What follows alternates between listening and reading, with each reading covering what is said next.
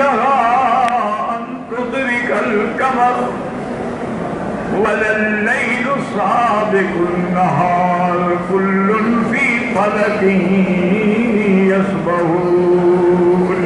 ہر چیز اپنے اپنے مرکز کے اندر طے ہے. سورج کی الگ منازل ہے، یاد رکھو، چاند کی الگ منازل ہے. اس لیے اللہ فرماتے ہیں والقمر قدرناه منازل حتى عاد كالعرجون القديم. دیکھو ہم نے چاند کی منزلیں بنائی ہیں، اور اللہ کا احسان ہے کہ اسلام کے جتنے احکام ہیں ان کا تعلق چاند سے ہے، سورج سے نہیں ہے. اس لیے قرآن يسألونك عن الأهلة. میرا مدنی آپ سے لوگ پوچھتے ہیں ہلال کے بارے میں. جو پہلی طرف چاند ہوتا ہے اس کو ہلال کہتے ہیں. پہلے وہ ہلال ہوتا ہے، پھر وہ قمر ہوتا ہے، اس کے بعد پھر وہ بدر ہوتا ہے. اس کی 3 سٹیج ہوتی ہے.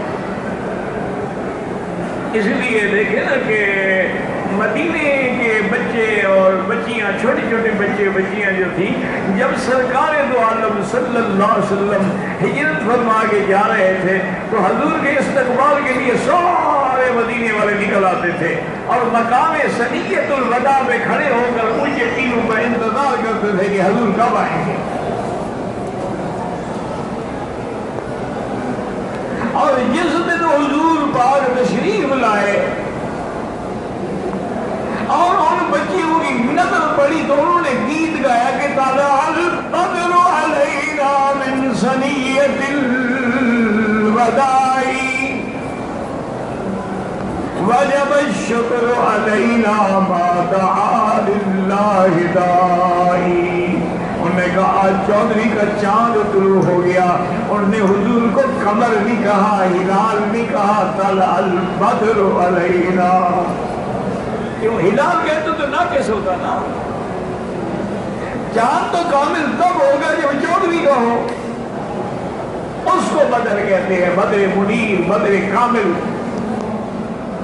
تو ان بچیوں نے بھی بدر کا، لیکن بات سمجھنے کی ہے، اللہ کرے آ جائیں، کہ سیدہ عائشہ صدیقہ بنت صدیق رضی اللہ عنہا، اللہ کے کروڑوں صلاۃ و سلام ہوں سیدہ عائشہ پہ، اس نے حضور کو چاند نہیں کہا، اس نے کہا لنا شمس وللآفاق شمس. ایک میرا سورج ہے، ایک دنیا کا سورج ہے.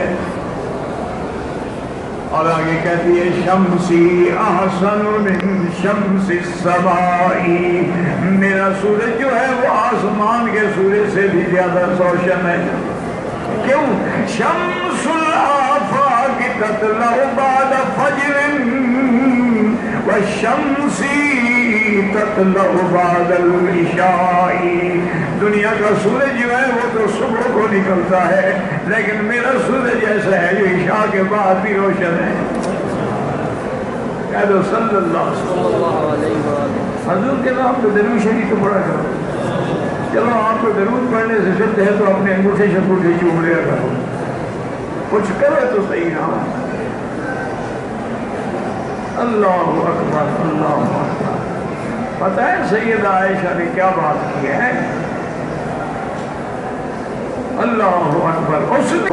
اس نے حضور کو سورج سے وجہ کیا تھی کہ چاند سورج سے روشنی دیتا ہے، سورج کسی سے روشنی نہیں دیتا. اس نے کہا حضور چاند نہیں ہے کہ سورج کے محتاج ہوں، وہ تو خود سورج ہے، اللہ کے سوا کسی سے روشنی نہیں دیتے.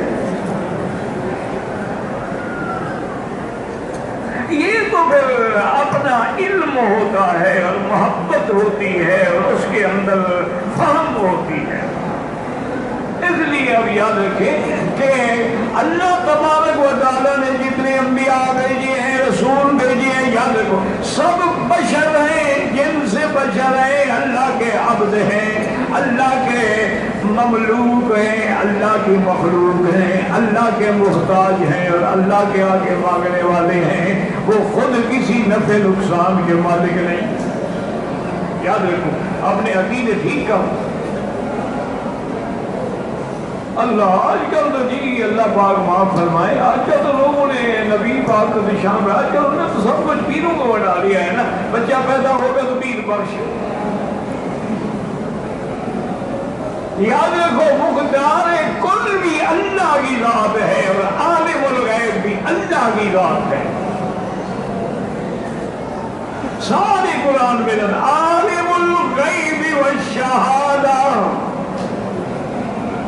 اور دوسرے مقام میں فرمایا وَإِنَّهُ مَفَاتِيحُ الْغَيْبِ